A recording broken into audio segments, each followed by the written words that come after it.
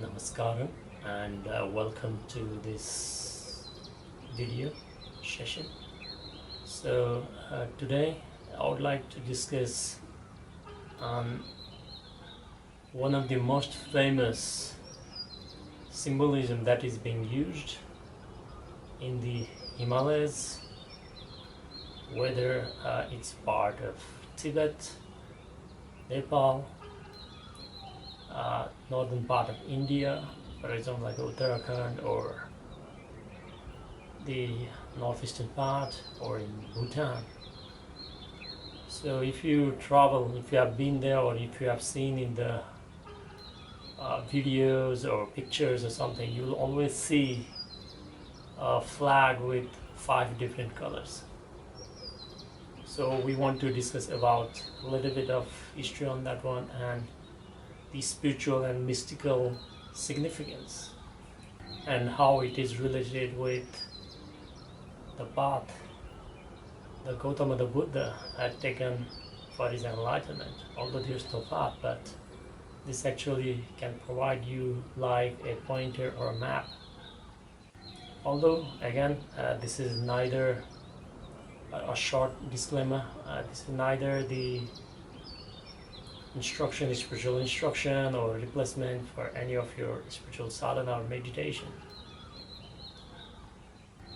This just to help you give a new perspective of understanding what this is all about. So if you have been in the mountains or Himalayas, you will see a lot of 5 different colors of flags. You can see horizontally or vertically also. So there are 5 different colors. On the bottom it's yellow, followed by green, red, white and blue. So before we come into this context, everybody knows that it's a Buddhist flag. Buddhism and Buddhist people will do it, but why this is only being used in the Himalayas? Why these flags we cannot see in other Buddhist traditions? Let me give you a little bit of premise on this one. So basically, when Gautama the Buddha, when he attained his enlightenment, and then what he realized, his approach was pure meditation, sadhanas that was associated only with the awareness. So after many years after Buddha has attained his Mahaparinirvana, or he has left his body, the tradition that started through Buddha was known as the Theravada. Theravada is now mostly alive in Sri Lanka and some of the countries like Thailand, Myanmar. So that is pure meditation. It's monks, mostly the monks do it. But as the Buddhism a little bit flourished, most of the people found out that the Buddhist way was not compatible, or it wasn't helpful for people living in the family kind of situation, social situation. So because of that reason, Buddhism actually got mixed up with some of the traditions in the older religion of the region. For example, like it went and mixed with the older religion from China, and it mixed with the Shinto religion in Japan. So it got mixed up, and then that's how different religions came into the being. And most of the people found out that by doing that, like, it was actually compatible, and that's how Mahayana was born. Mahayana is actually the second, it's known as the second turning of the wheel. The first turning of the wheel is considered by the Sakyamuni, the Gautama the Buddha himself. Again, we do not know whether Gautama the Buddha would consider that to the second turning. I'm nowhere to judge, but that's how it went to the mainstream That is where why it is called Mahayana. The Mahayana Buddhist thinks that Theravada was more salvation or the liberation of the individual rather than helping the other people, whatever the other people. So Mahayana basically means the greater vehicle. Yana basically means the vehicle, and Maha means high one. So that's how it started, and then but as it went through, eventually after many centuries afterwards, so the people took the Buddhism to Tibet. The Tibetan people had Bon religion at that time. Bon is a traditional religious shamanistic, naturalistic religion, or the animism. So what actually happened is, because of some reason, there were other stories. I will not go into that one. Padmasambhava, actually, who had a background of both Buddhism as well as mostly Shaktism, which is the Tantra aspect of the Shaktism. So he took Tantra over there, and then that's how the Buddhism as well as the Tantra and then the Bon actually mixed together and actually became more mystical to people.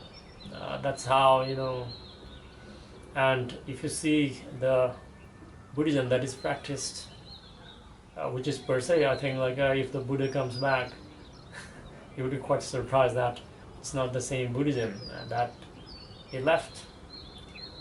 So that thing apart, this is actually known as the third turning of the wheel that was done by the Padmasambhava. So the mixture of all these three came about to known as the Vajrayana. Vajra means diamond or thunderbolt. So as you know, the diamond is the hardest object on the earth, so you can use it to pierce anything. So basically in this context, a diamond or the Vajra is basically to tear apart the ignorance. That is the spiritual goal. So now why I told you all this is because although it's called we know as the Tibetan Buddhism or the Vajrayana, and then that's where we get these colored flags, is basically a part of the Tantra rather than not only the meditation. It involves the meditation also, but on the aspect it makes use of the Tantra, Yantra and Mantra also. So now since we have now built the context, so this flag belongs to the third turning of the Dharma, or the third turning of the Dharma wheel by Padmasambhava. So as we do not know how it originated, maybe some of the people might know the history, but here I don't want to discuss too much on the history.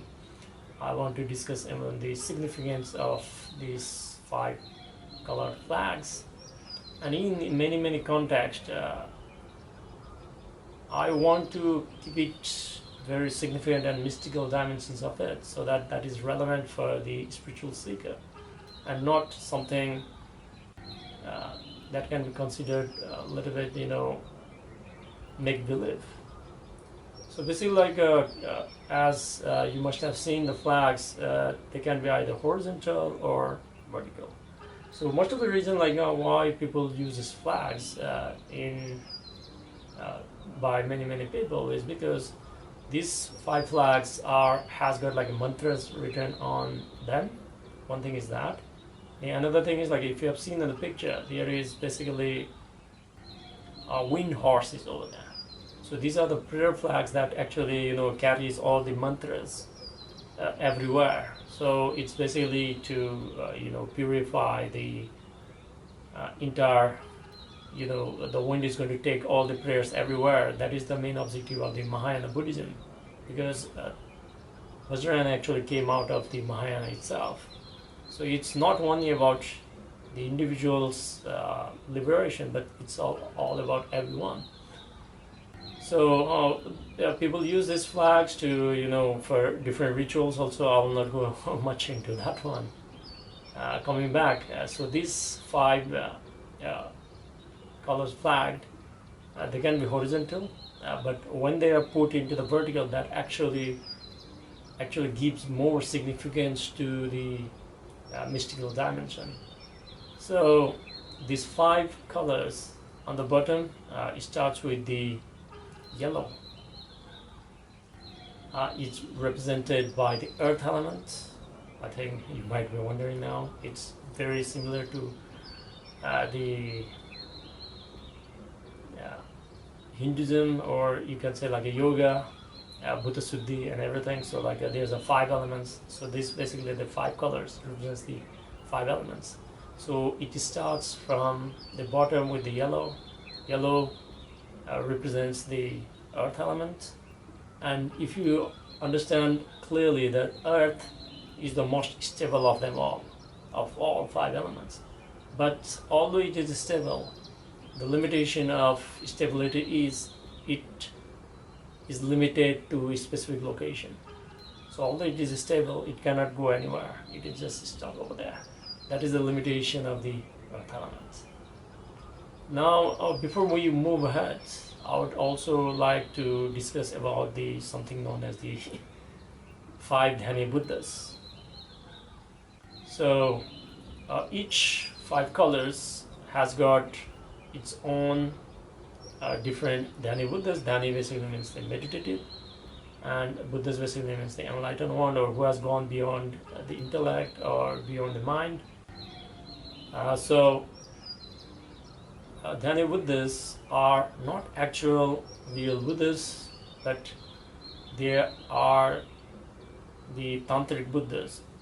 Okay, so this concept of like Buddhism and then the pure land, what we refer as the pure land for the Buddhism, is actually came out of the mixture between the Theravedic Buddhism plus the Chinese their Chinese old tradition religion, because they had the concept of like a pure land and something in their own religion. That's how the pure land came into the being. But apart from that one, even if we ignore that one, if you know in Tantra, in Shaktism, you got like a different energy forms of Devi, Shakti, Kali is there, Saraswati, Durga. These are all manifestation of energies in different forms of Tantra.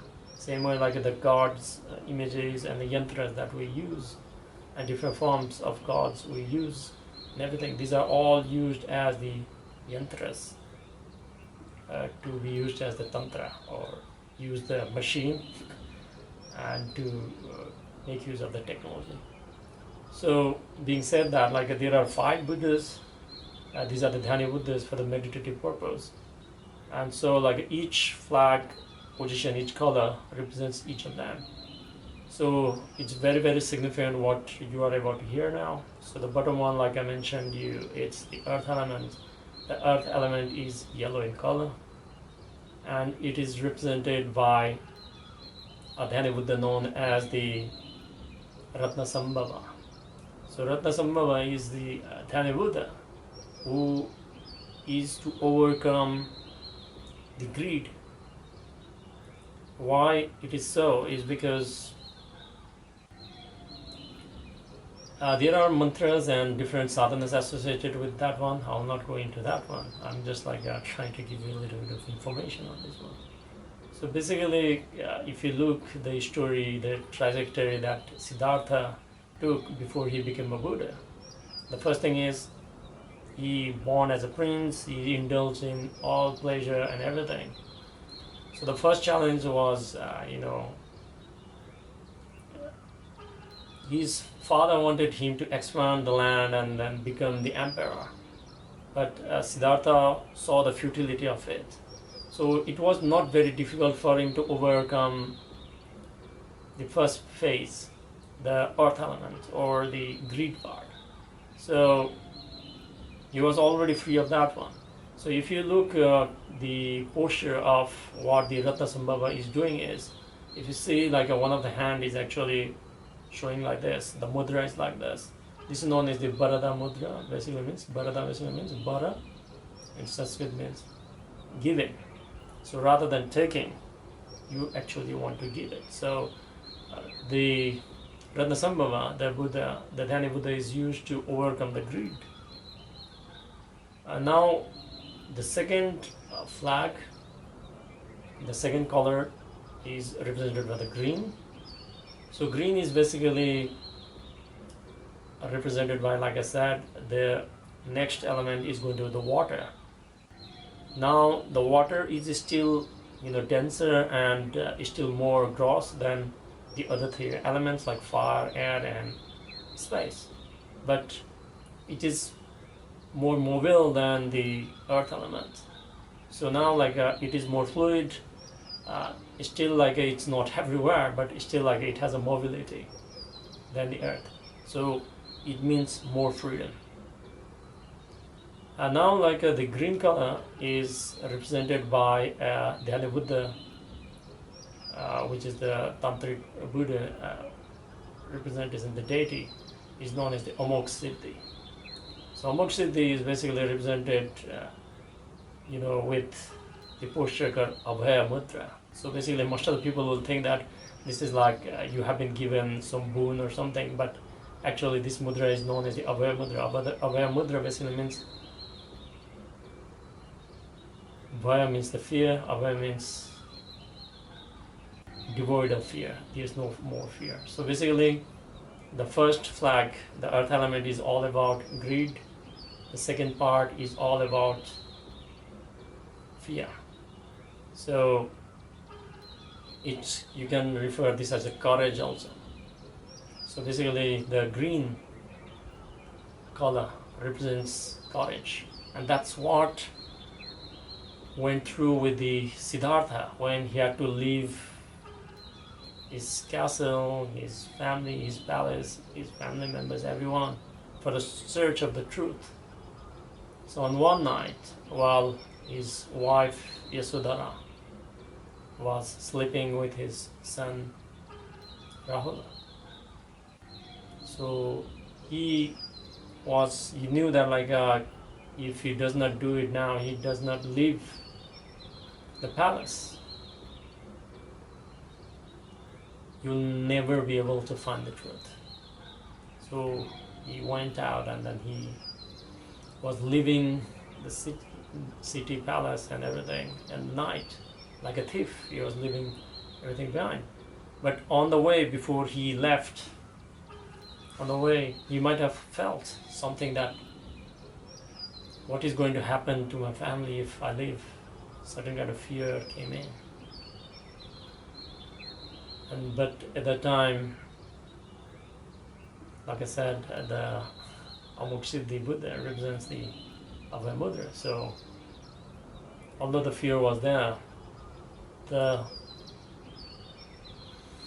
seeking to know the truth was too strong that he had to go beyond that. So that's how like he left the palace and became samana, or a monk, to find the truth for the ostriches. So after these two, like we have covered two elements. The third element is as you know, it's the element of the transformation, at the transition between the gross and the subtler. So water and earth element are gross elements. It's very tangible, you can see it. Wind and then the air, or the air and then the space, are more subtler in dimension, and then the fire is the intermediate between that. If you boil the water, it becomes air. So the third element, the third element, the fire element, is represented by the red color in the flag. It's more subtler than the earth element and then the water element, and as you know, the fire can go upward also. Unlike the water can only go downwards. The fire can go upward now. It's more subtler, more freedom. It basically means more freedom than the other elements. Now, the fire element is represented by one of the most popular Buddhists. For example, like if you go everywhere, most of the people who do not know about the Tantric Buddhism or Vajrayana or the Tibetan Buddhism, they will think that like whichever statue they saw is a Gautama the Buddha, but rather than even the Gautama the Buddha, in many places like Amitabha Buddha is more popular. He's one of the most popular of 5 of them of all these Dhani Buddhas. So these are the, you can say, the yantras rather than the actual Buddhas for transformation. There are like I said, like there are sadhanas associated with that, mantras associated with them. And again, precaution not to use it if you are not properly initiated. You can find a live guru. That's a different aspect. Now coming back, so the Amitabha Buddha is represented by the red color like I mentioned earlier. So Amitabha Buddha is all about compassion. It's about compassion. And the opposite of the compassion is obviously attachment. I think attachment is the word, completely misunderstood word, or like people want to discuss about attachment, detachment and everything, and the circus of mind goes on. I will not cover that too much, but like I will discuss about like the context of why the Amitabha Buddha comes onto it. So Amitabha Buddha is always sitting in the Dhani Mudra.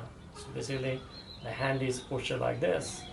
It's called Dhana Mudra in Buddhism, but the same thing can be also known as the Brahma Mudra. So Brahma Mudra basically means all-inclusive mudra. There are different aspects of it. I'm not going to into that one, but if you see a Buddha statue or something like this, sitting like this, he's not the Gautama the Buddha, but he's actually the Amitabha Buddha. And how you can also tell is like Amitabha Buddha is like a little bit, he's a little bit heavier. He's a little bit like, more mass. He's a little bit, you can say like a little bit chubby or something like that. In the picture, the face is more rounder and everything. So he is actually the Amitabha Buddha, not the Gautama the Buddha. So why this phase is very, very important is because what we call as the previous 2 flags, like the green and then the yellow, the fear and the greed, these 2 are the survival aspects of who we are. Because it's the fear and then the greed that is actually motivating and pushing people to do what they are doing in their life. But why they do it is because they have attachments. Attachment to the body, attachment to their identity, attachment to what they are doing, whether they are doing mundane or they are doing spiritual, whatever it is. Attachment is there. So the Dhani Buddha, the Amitabha, represents that, to go beyond that and everything. He says that rather than the attachment, it should be replaced with the compassion. So, in the context of the story of the Gautama the Buddha, what actually happens is, before he became enlightened, he had left his family with courage. He has given up his greed also.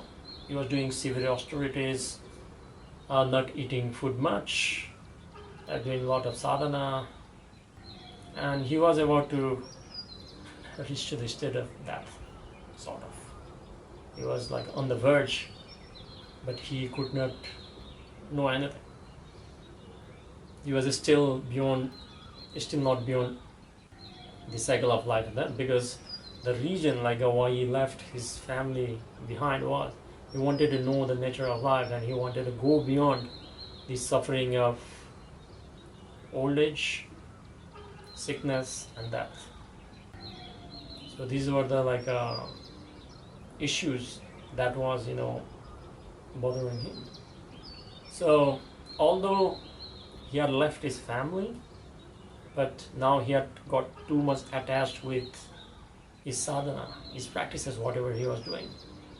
And he was so much intensely into that one that he ignored his body, and the body was getting weaker and weaker and weaker, so that the body was unable to support him. And so this is where the threshold comes, and then this is where the fourth kala is more significant. So the fourth kala is white.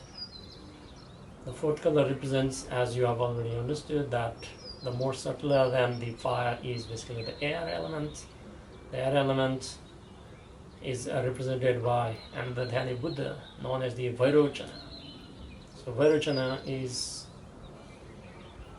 a Dhani Buddha, a Tantric Buddha, or also known as the Celestial Buddha by others, but he's like a yantra, just like we have many yantras of devis and deities and everyone.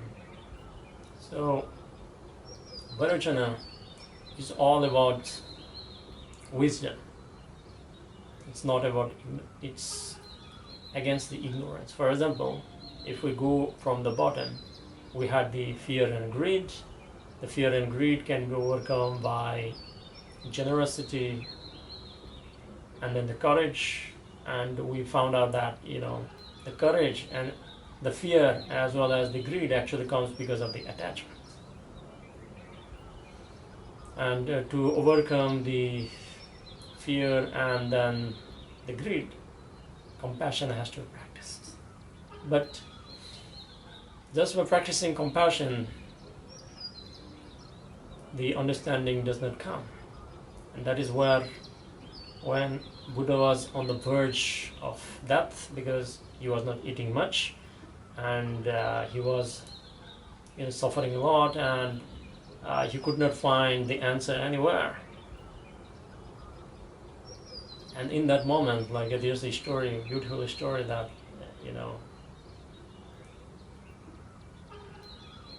a local girl or woman over there came and then gave the food to him. And at that time he realized that all his effort has gone to the vain by while he was as a prince, he was indulging too much, and now while he was practicing austerity, he was ignoring his body, mind and everything. He was not taking care of that.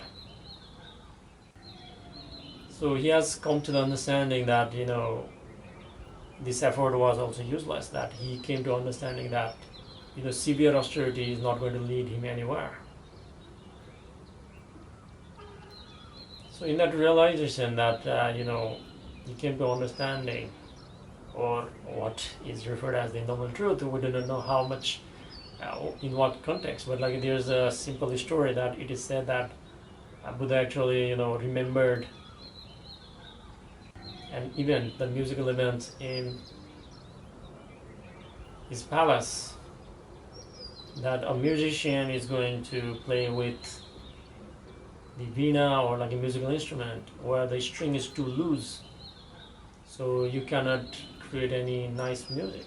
Similarly, if the string is too tight, the same issue. But if you tune it perfectly, it is neither too tight or neither too loose. It is going to create perfect music. And that is what Siddhartha realized, that the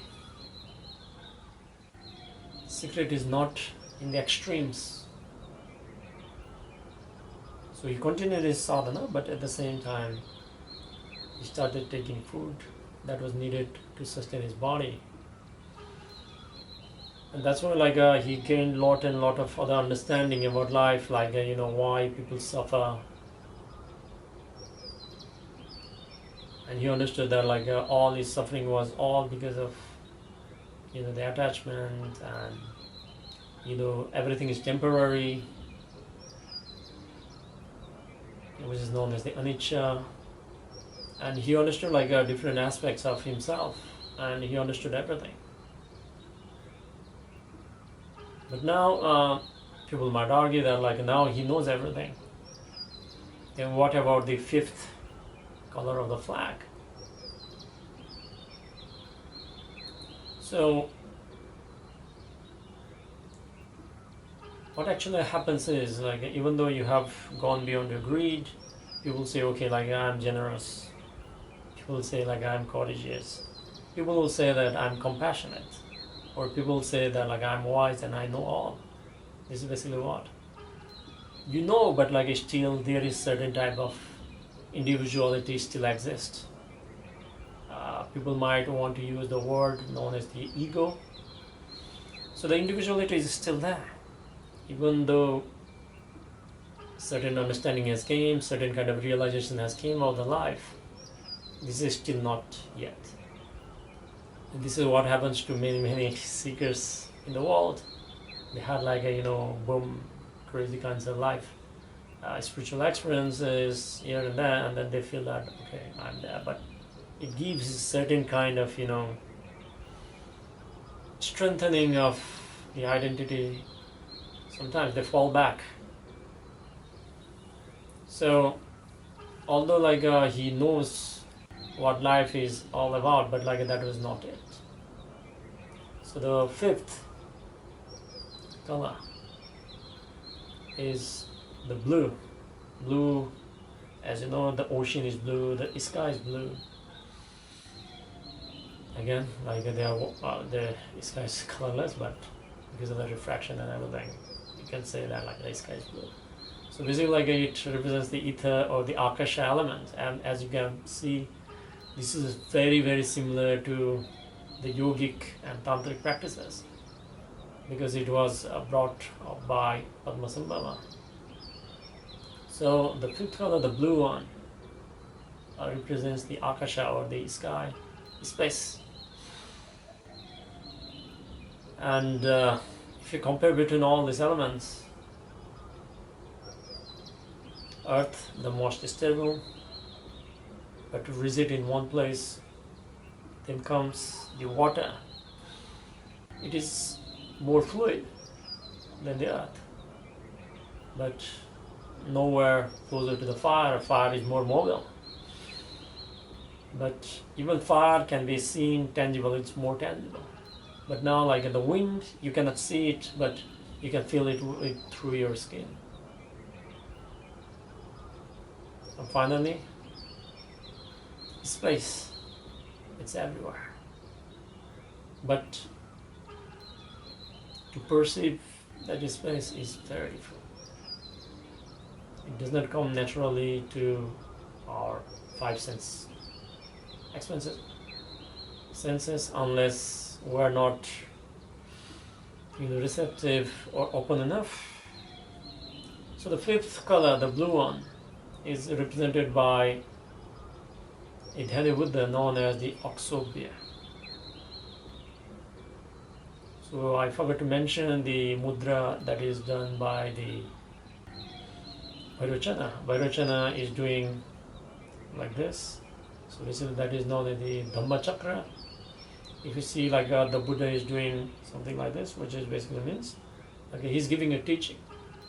So that is where the teaching comes from. But even that realization is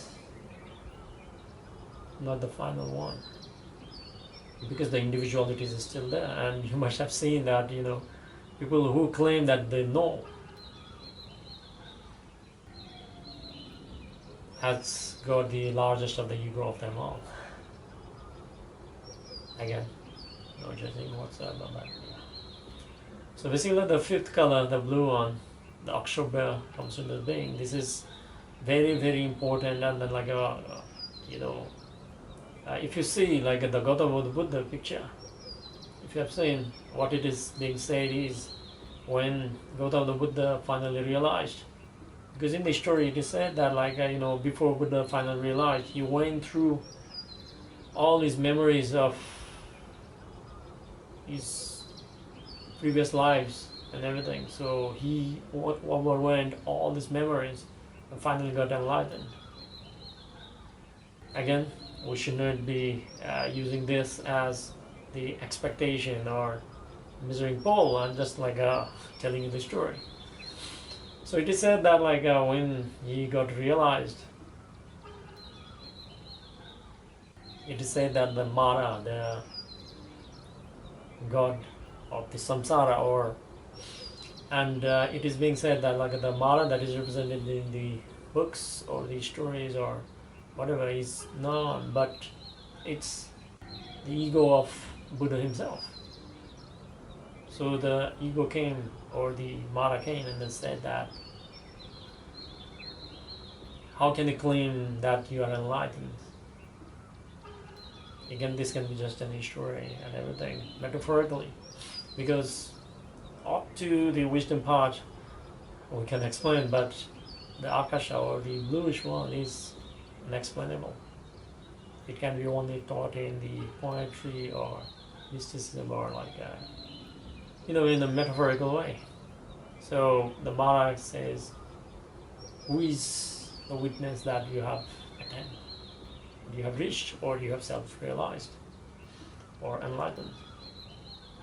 So Siddhartha, what he said is, he didn't say anything. He just touched the hand to the earth, and then he said, the earth is witness to my enlightenment. So this is what the story goes, but in my understanding and through my experience of seeking and spiritual experience through grace of gurus and Sadhguru himself, what Buddha was actually doing this is, he was not actually saying that the earth is the witness. He's saying that there's no difference between the earth and me. What he was actually saying, I am the part of the earth. He was not saying that the earth is part of me. You can also say that, but what he was actually saying is that there's no individuality left now anymore. When there is no individuality left, the fear of death, old age, and pain all has disappeared, because he has gone beyond his physical nature. Because the fear, the greed, the attachment, and the ignorance, as well as the ego, these are all the product of the body-mind system. So when Gautama the Buddha touched the earth, he said that now there's no difference between him and the existence. Siddhartha is no more. The ignorant Siddhartha is no more there. That is why the latter ones are also known as the Dvija, or the twice born. So later people gave him the title of the Buddha, and since he was from the Sakya clan, so most of the people in the Mahayana tradition, mostly the Chinese and Japanese, they refer him as the Sakya Muni. So the Dhani Buddha, the bluish one, the Akshobhya, is also having the same mudra. Is touching the earth, and that's why this mudra is known as the Bhumi Sparsha mudra. So basically, if you go and look into this flag, there are many things. People are using these flags for various reasons. People want well-being. They want to pacify the effect of these 9 planets. They want good things to happen to them, or they want to spread the mantras and the grace or energies, spiritual energies everywhere through flags. That's why they carry it. Some of they carry because they want to have a good luck, but each color represents the ways to overcome the limitations. And when all limitations has been transcended, you have reached that. And you become one with the existence, and you become one of the Buddha.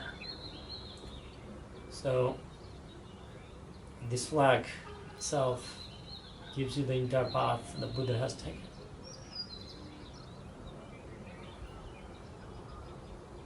So I hope you guys liked this video. So this covers the 5 colors in the Tibetan Buddhist flag, or the prayer flag, or whatever you want to say. As a seeker, it's very, very important that you overcome your limitations in any way possible, whichever works for you. But like I mentioned earlier, that you shouldn't take these things as any guidance or anything. For this, you need to have a proper master to practice on, transcend. And if you ask me, that the most effective method in the world right now is the Shambhavi Mahamudra Kriya to begin with. If you take the inner engineering course, you'll be initiated into the Shambhavi Mahamudra Kriya, which can let you transcend everything, all these 5 at once. You don't need to go step by step. And that's why the Guru is all about, because when Siddhartha started, he didn't have a proper Guru, or he had some Gurus who helped him on the way, but it was not systematic, it was not that straightforward. He had to go through all the trial and errors, and he eventually reached out and see now. Once he got realized, he got enlightened. He transformed the entire humanity, and now, even after 2500 years or 3500 years, Buddhism is spreading like that. You cannot separate Buddhism and meditation at the moment. Wherever people use the word meditation, Buddha comes there, because he's like a fire.